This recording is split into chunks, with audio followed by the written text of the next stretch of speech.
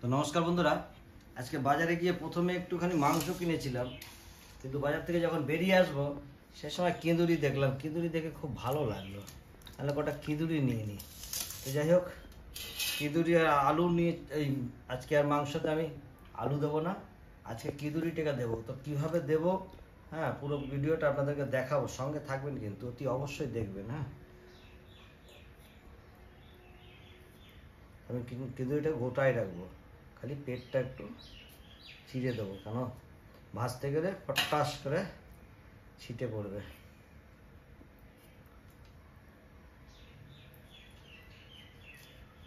খালি পেটটা একটু ছিঁড়ে দিতে হবে, তাইলে আর ফুটবে না।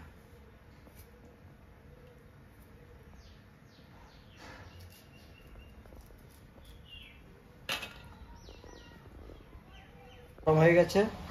আর কিঁদুরি, প্রত্যেকটা কিঁদুরি কিন্তু আমি পেটটা চিড়ে দিয়েছি।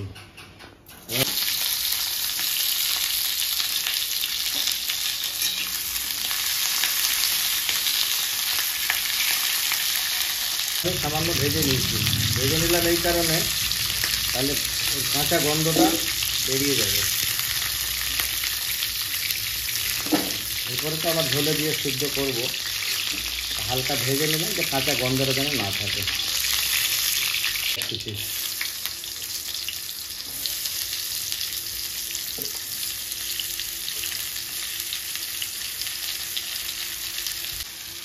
সঙ্গে দিয়ে দেবো পরিমাণ মতো নুন।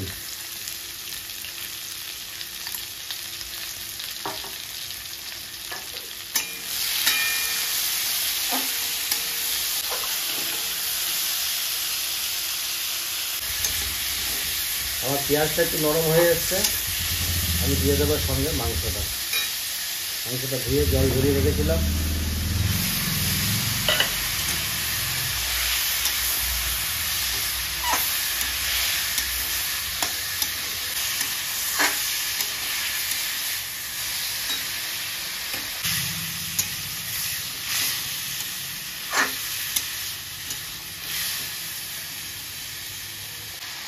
দিয়ে দিচ্ছি অল্প আদা বাটা,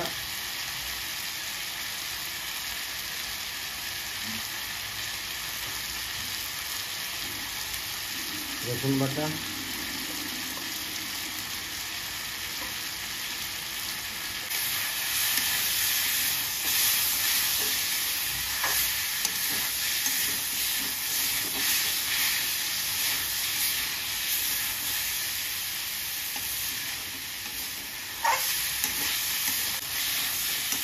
মাংসটা মোটামুটি কষানো হয়ে এসছে। এরপর আমি দিয়ে দেবো কাঁচা লঙ্কা বাটা। মাংসটা খুব ভালো করে কষানো হয়ে গেছে, আমি এবার জল দিয়ে ভালো করে সিদ্ধ করে নেব।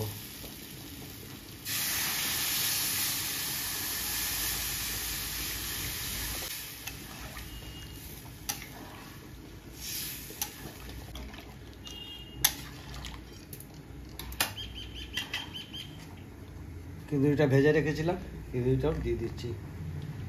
এখন ঝোলের সঙ্গে ভালো করে সিদ্ধ করে নেব।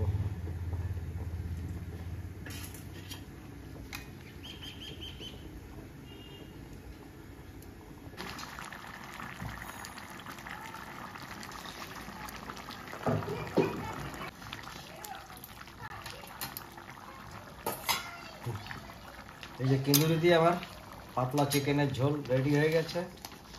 তো চলুন গরম গরম ভাতে খেয়ে দেখি কীরকম হয়েছে। তার আগে একটু সামান্য গরম মশলা দিয়ে নেব।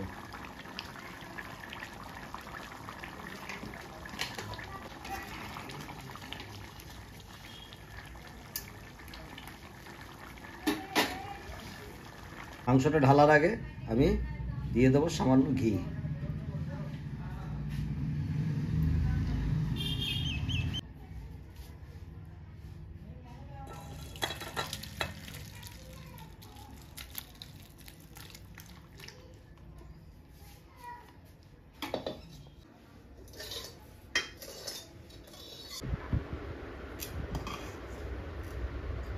গরম গরম ভাত আর কিঁদুরি দিয়ে চিকেনের ঝোল।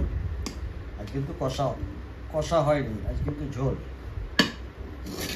আপনারা এইভাবে অতি অবশ্য বানিয়ে খেয়ে দেখুন, ভালো হবে।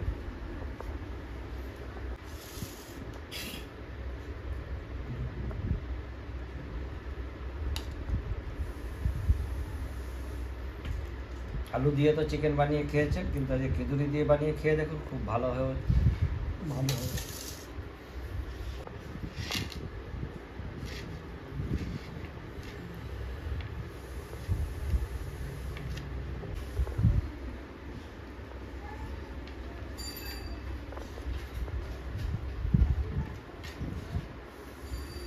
পাতলা ঝোল খুব সুন্দর হয়েছে। তার আগে দেখি খিচুড়িটা কীরকম হয়েছে।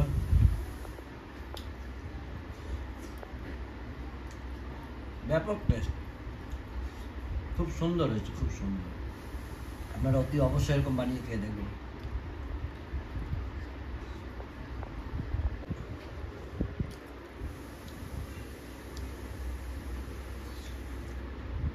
মাংস খুব সুন্দর সিদ্ধ হয়েছে।